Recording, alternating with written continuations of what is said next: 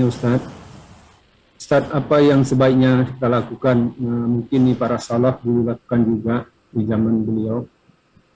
Setelah kita tarawih dan witir berjamaah dengan imam Ustaz. Setelah itu kita tidur, kemudian tengah malam kita bangun. Ibadah apa yang sebaiknya lakukan? Apakah kita tahajud lagi yang sesuai dengan para salaf lakukan, atau mengaji ibadah lainnya Ustaz? Kemudian Ustaz, ini mencicipi makanan Ustaz. Apabila kita mencicipi makanan, kita jualan gitu, mencicipi makanan tapi nggak masuk tenggorokan, kemudian kita kumur-kumur juga, kita berusaha, tapi kadang-kadang rasa itu masih ada. Kadang-kadang rasa itu masih ada, seperti kaldu, apa. Yang telan ludah kita itu apakah membatalkan Ustaz? Syukran ke istilah jadwal. Assalamualaikum warahmatullahi wabarakatuh. Waalaikumsalam warahmatullahi wabarakatuh. Barakallahu fikum kepada Abu Marsal yang ada di Jambi. Semoga Allah Subhanahu wa taala merahmatinya, keluarganya, Allah memberikan keberkahan kepada kehidupannya dan juga kepada kita semuanya. Tentunya sebelum menjawab pertanyaan dari Abu Marsal ini, kami mohon maaf karena dulu Bapak Abu Marsal pernah bertanya di dalam sebuah AFM, yaitu tentang hukum bagi mereka yang asma, kemudian mereka mendapatkan alat atau memasukkan alat, ada sesuatu yang membuat mereka untuk mudah melakukan pernapasan. Dan kami di sini mohon maaf karena dulu kami salah di dalam memberikan jawaban. Jadi para ulama menyebutkan alat-alat bagi mereka yang asma ketika mereka berpuasa atau mereka yang sesak napasnya, itu tidaklah bisa atau tidak dikategorikan hal-hal yang membatalkan ibadah puasa. Karena itu hanya berbentuk gas saja. Jadi perkara ini adalah perkara yang tidak membatalkan ibadah puasa, dan sebelumnya kami salah di dalam menjawabnya, dan kami minta ampun kepada Allah Subhanahu wa taala dan kemudian menyampaikan kepada Bapak Abu Marsal, semoga Allah Subhanahu wa taala menjaga kita semuanya. Kemudian yang kedua, pertanyaan daripada Bapak kita Abu Marsal, hafizahullahu taala, apa yang dilakukan oleh ulama-ulama terdahulu atau para salafus saleh ketika mereka sudah melaksanakan salat witir, misalnya salat tarawih dan salat witir? Kita harus melihat kepada 3 konsekuensi. Karena di dalam pelaksanaan salat witir, salat tarawih dan salat witir, manusia ini terbagi kepada 3. Yang pertama zaman nubuwah, yaitu zaman Nabi dan zaman para sahabat Nabi SAW. Yang mereka lakukan adalah memperpanjang bacaan ayat dan mensedikitkan rakaat. Apa maknanya? Di zaman Nabi SAW dan para sahabat yang hidup di zaman Nabi SAW, ketika mereka salat tarawih, yang dipanjangkan adalah ayatnya, rakaatnya tidak. Makanya kita menyebutkan dan disebutkan Nabi SAW tidak lebih melaksanakan salat malam 11 atau 13. Dan di zaman Nabi mereka melaksanakan salat tarawih hanya 8 rakaat saja. Sebagaimana hadis ibunda kita Aisyah radhiyallahu taala anha, Nabi melaksanakan 2 rakaat, 4 rakaat. Kemudian di antara 4 rakaat tersebut Nabi SAW istirahat. Kemudian 4 rakaat lagi, maknanya 2 rakaat, kemudian Nabi istirahat. Nah, rakaat-rakaat ini di zaman Nabi dan di zaman sahabat Nabi SAW memang mereka menghidupkan malamnya.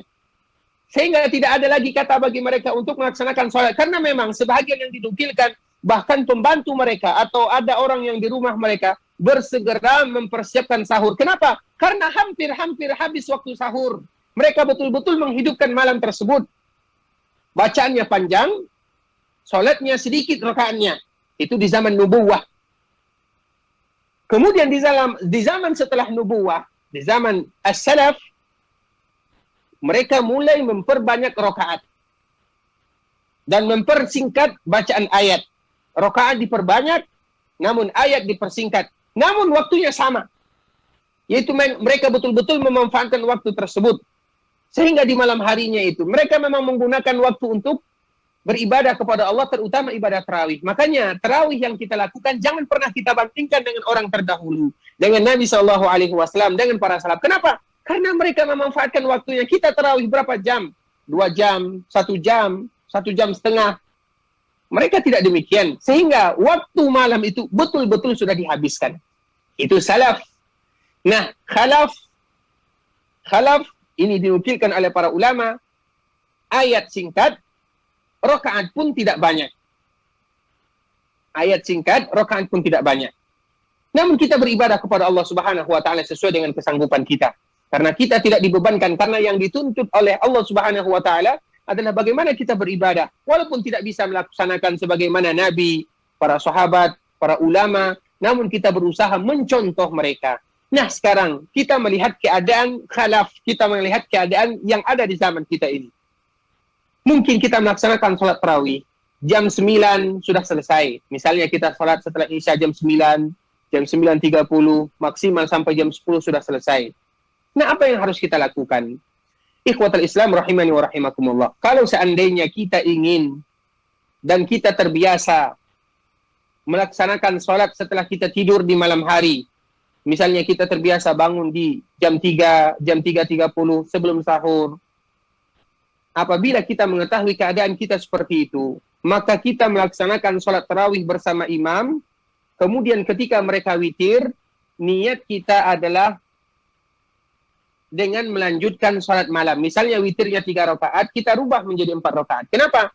Supaya bisa kita melaksanakan atau melanjutkan sholat malam dan ditutup dengan witir di akhir malam. Kita tetap mendapatkan sholat berjamaah bersama imam. Kita tetap mendapatkan pahala bersama imam. Namun kita juga masih buka atau membuka peluang bagi kita untuk melaksanakan sholat, baik itu sholat tahajud ataupun sholat malam yang lainnya, dan kita akhiri dengan witir. Namun kalau seandainya kita ragu apakah nanti bangun malam atau tidak, maka kita tetap witir bersama imam. Kemudian nanti kalau seandainya kita bangun dan kita ingin salat, silahkan salat. Namun tidak boleh lagi bagi kita untuk witir. Karena tidak boleh witir dalam 2 witir dalam 1 malam. Intinya ikhwatul Islam rahimani wa rahimakumullah, itu diberikan kepada kita. Kalau seandainya Allah membukakan kepada kita pintu salat, kita salat. Kalau seandainya Allah bukakan kepada kita pintu membaca Al-Quran, kita baca Al-Quran. Apapun ibadah yang kita lakukan dipersilahkan. Apakah salat? Apakah dengan baca Quran? Apakah dengan berdoa kepada Allah Subhanahu wa taala? Ataukah dengan berzikir? Apa saja dipersilahkan. Karena memang musim ini adalah musim ketaatan dan Allah memberikan kepada kita kebebasan.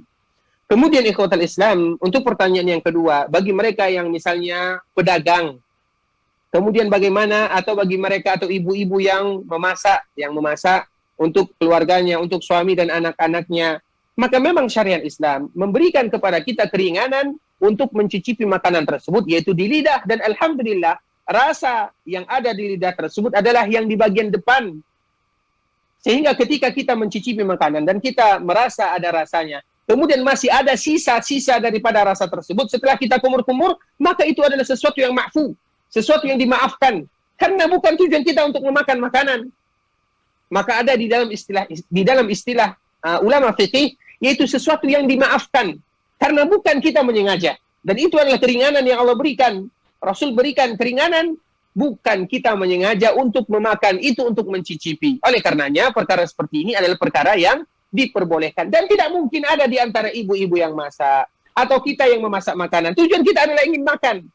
Tidak ada mungkin yang demikian. Oleh karenanya itu merupakan keringanan, namun kita tetap berusaha bagaimana itu hanya di ujung lidah saja, karena memang lidah perasa yang diberikan oleh Allah Subhanahu wa taala kepada kita. Semoga Allah Subhanahu wa taala menjaga kita. Kami ucapkan jazakumullahu khairan kepada Bapak Abu Marsal, dan kami mohon maaf karena pertanyaan atau jawaban tentang masalah orang asma tersebut baru kami bisa dapat klarifikasi sekarang. Barakallahu fikum wa jazakumullahu khairan.